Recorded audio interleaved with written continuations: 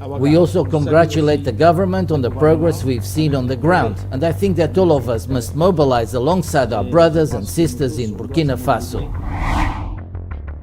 The ECOWAS chairman has just praised undeniable progress in Burkina Faso. Yes, Burkina Faso, the country that left ECOWAS, the country they sanctioned, the country they warned would fall apart. So what did he see? And why is ECOWAS suddenly changing its tune? Let's find out.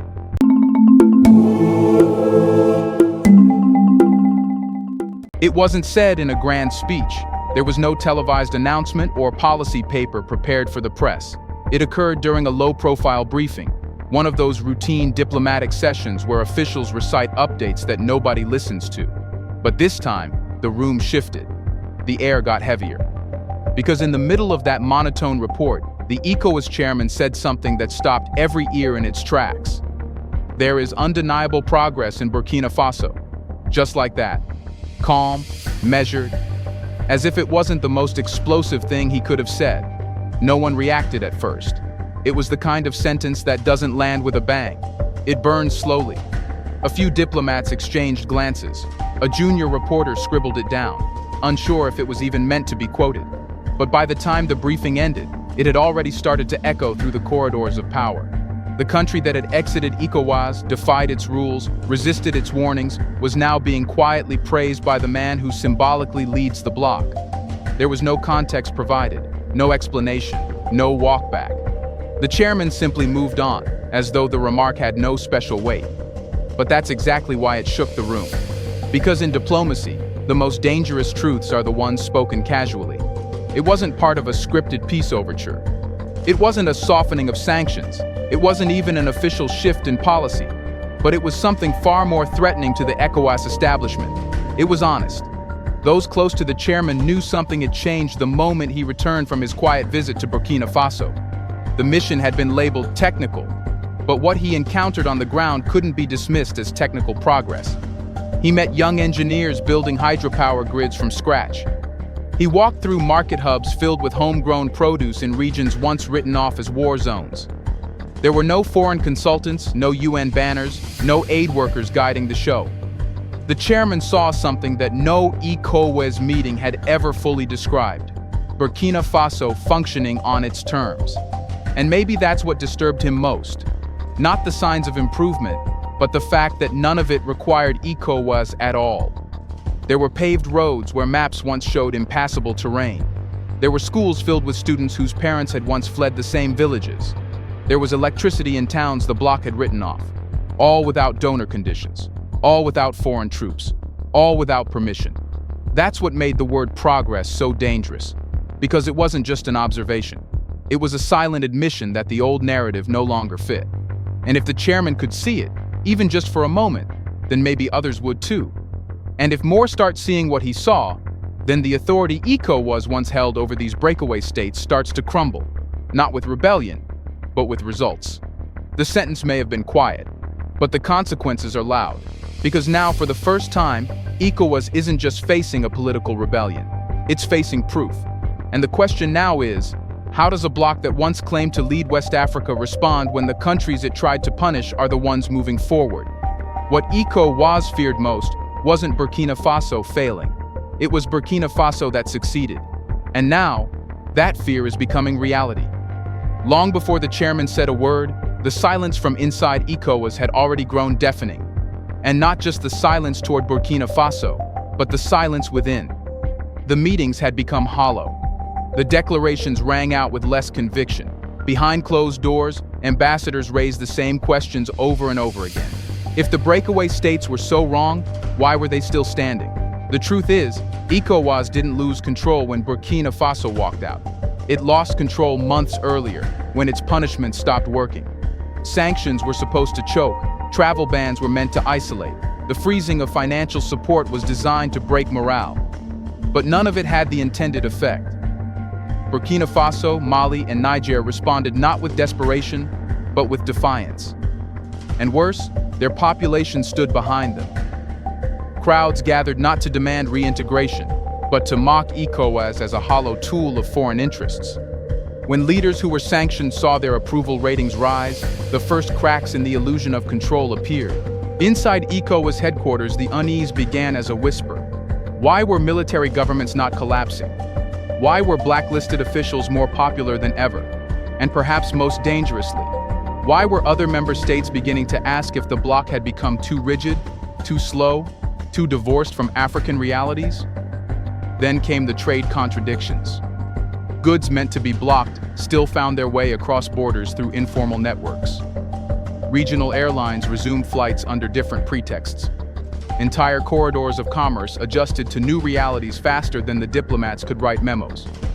The tools ECOWAS once used to enforce discipline had stopped biting, and nobody wanted to admit it. But the silence wasn't just a symptom of confusion, it was a symptom of fear. Burkina Faso, Mali, and Niger weren't trying to come back. They weren't pleading for acceptance. That terrified ECOWAS more than any rebellion. These weren't rogue elements, they were building alternatives. Shared military pacts, coordinated currency talks, joint development projects. The more ECOWAS tried to ignore them, the louder they became, not in words, but in action. By the time the Alliance of Sahel States unveiled its formal confederation, it was too late. The bloc that was meant to be a temporary protest had matured into a functioning political machine. ECOWAS tried to pretend it was still in charge of the conversation, but it was no longer even in the room. The streets of Bamako, Niamey, and Ouagadougou were filled with flags that didn't carry ECOWAS stars. The slogans had changed, so had the loyalties. What the chairman saw on his recent mission wasn't surprising to everyone. Some in the inner circle had been warning about it for months, but protocol kept the truth buried, until that single phrase slipped out, undeniable progress, and confirmed what had already become obvious. ECOWAS no longer controlled the narrative, because for a bloc built on soft power, the moment people stop believing your rules matter, you have no power at all. Let's pause for a second to say big thank you to the Black Culture Diary community, where Black voices, stories, and legacies are preserved and amplified. By becoming a member, you're not just supporting the channel, you're becoming part of a powerful cultural movement. Let's continue. Now the question is, did Burkina Faso deserve the praise? By the time the ECOWAS chairman arrived in Burkina Faso under the guise of a regional inspection visit, something had already shifted, not in policy, but in posture. There were no red carpets, no diplomatic fuss, no long-winded welcomes.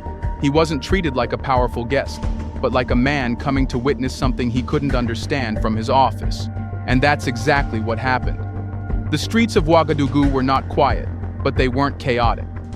They pulsed with movement, buses running on time, vendors selling local produce in fully stocked stalls, neighborhoods restored after years of conflict. But this wasn't what caught his attention. It was what wasn't there. No visible signs of foreign aid trucks, no UN presence, no international NGOs branding every wall. The development he was seeing bore one signature only: Burkina Faso. Everywhere he looked, function had replaced dependency. Local women led agricultural cooperatives producing enough grain to feed multiple provinces. Soldiers trained barefoot teenagers not to fight, but to wire electricity poles for their villages. In the northern region once ruled by armed groups, he watched a class of young men operate bulldozers, military-issued, laying the foundation of a new regional medical center. There was no press coverage, no staged performances, just a quiet rhythm of people doing the work. People who had stopped waiting for help. Inside a newly built refinery outside Gawa, the chairman was shown how raw gold, once stolen or exported with no trace, was now being melted, refined, and sealed into certified bars by Burkinabe workers. One engineer explained that Burkina Faso had lost billions through unprocessed gold exports. "So we stopped letting it leave the ground without value," she said simply, not knowing she had just summarized an entire revolution in economic logic. And this pattern repeated itself. In the Sahel zone, what used to be refugee camps were now self-sufficient micro-communities with shared solar panels and water tanks sourced through military logistics.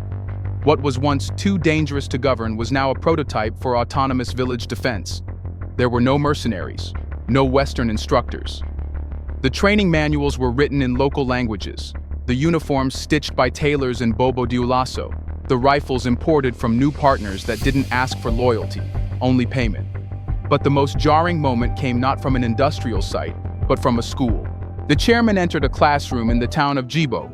It was small, concrete floor, wooden benches, one teacher, 28 students, and a chalkboard. But on the wall was a banner that stopped him cold. "We don't wait to be saved. We learn to save ourselves." It wasn't about rebellion, it was about rejection. A full rejection of the idea that progress must be borrowed, outsourced, or donated. Everything he saw that day echoed that message. Burkina Faso isn't rising because it was forgiven. It's rising because it refused to wait. And for a man who spent his entire career operating inside a structure that rewarded compliance and punished defiance, the realization was uncomfortable.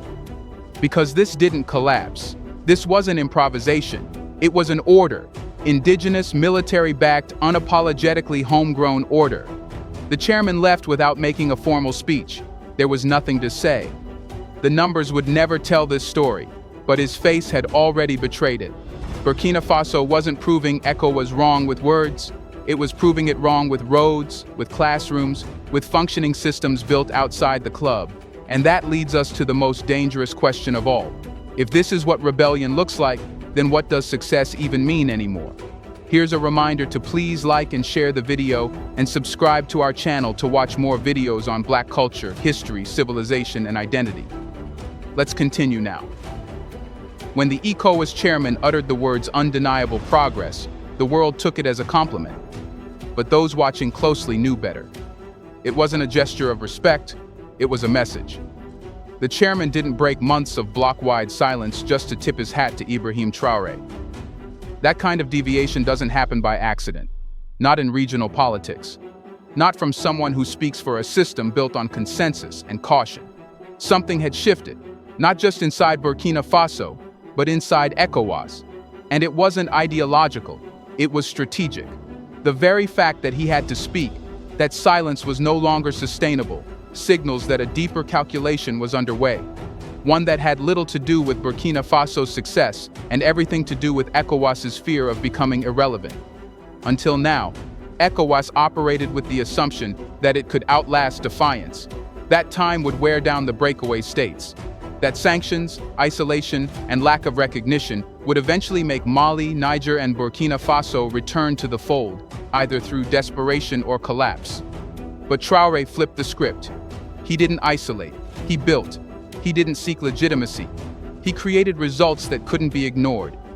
And worst of all, for ECOWAS, his model started inspiring whispers in other member states. Some leaders in coastal West Africa have already started asking dangerous questions behind closed doors. What if this military-led structure is more efficient than the bloated civilian ones we've protected? What if cutting off dependency creates real sovereignty? What if, instead of waiting for IMF directives, we build with what we already have? These questions are poison to a bloc that survives on uniformity.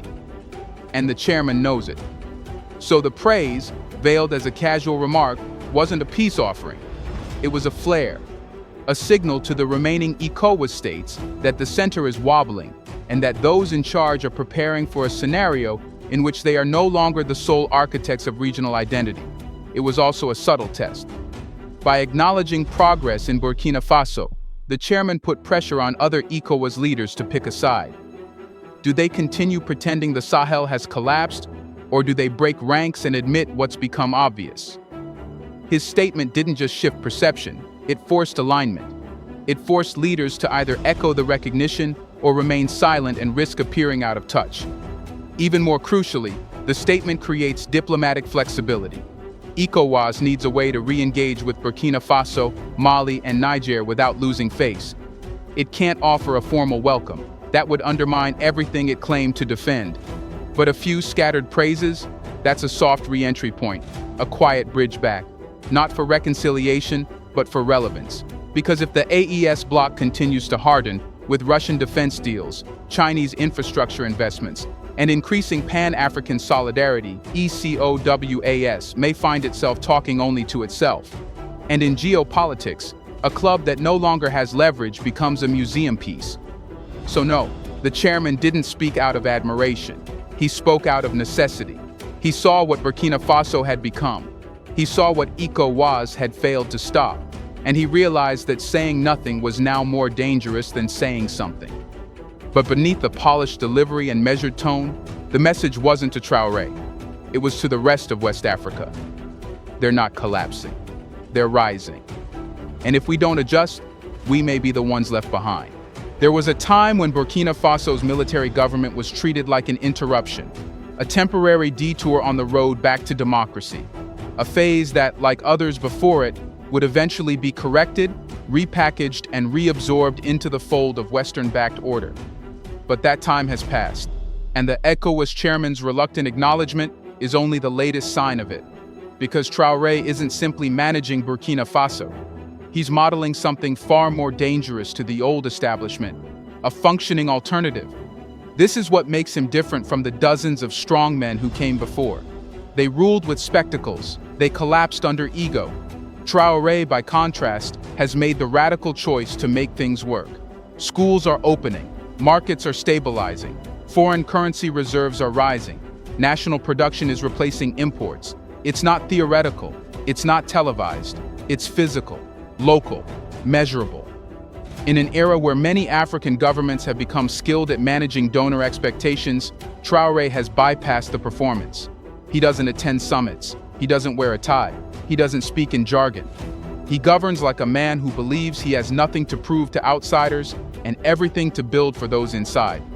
That alone would be enough to unsettle ECOWAS. But it's what's happening beyond Burkina Faso's borders that truly makes this moment historic. The countries once mocked for leaving the bloc are no longer floating alone. They're coordinating defense, co-developing infrastructure, and moving toward a shared currency free of CFA colonial remnants. AES isn't just a breakaway group, it's the nucleus of a new regional model. And guess who's emerging as its ideological compass? Not Goïta, not Tiani, but Traoré. He's younger, less compromised, more aligned with the energy of a new generation that no longer accepts dependency as a national identity. He speaks in blunt, simple terms, but delivers complex structural outcomes. And when West African youth see his face on protest signs in Senegal or graffiti walls in Ghana, it's not about borders, it's about representation. He's become the avatar of possibility. That's what ECOWAS didn't predict, that leadership wouldn't come from legacy or alliances, but from outcomes. In a region where many presidents still govern like colonial proxies, Traoré has redrawn the blueprint. He's made dignity functional, not just aspirational, and the longer that reality holds, the harder it will be to reverse. Burkina Faso may be relatively small. It may lack flashy skyscrapers or billion-dollar budgets, but it has something that no ECOWAS resolution can manufacture: momentum. Every village was restored. Every refinery is activated. Every soldier turned engineer. These are not symbolic wins. They are precedents. And precedents are contagious. That's why, despite the chairman's praise, there is no formal reconciliation in sight. Because Traoré doesn't need to rejoin the old table. He's building a new one. One where Africa sets its terms, and progress isn't measured by foreign applause, but by how many children eat, learn, and live without fear. Burkina Faso isn't demanding to be followed. It's simply moving forward. And the rest of West Africa is watching, not out of loyalty, but because they want to know what comes next. Why did ECOWAS suddenly break its silence on Burkina Faso? What did the chairman see that changed everything? Let us know in the comments section. Was it just a casual statement or a political earthquake? Do you want to watch more videos like this one? If so, subscribe to our channel and press the bell icon next to it. We have decided to bring videos on something nobody talks about: the Black culture, civilization, history, and evidence about how glorious Blacks have been. Thanks for watching, and until the next video, stay tuned.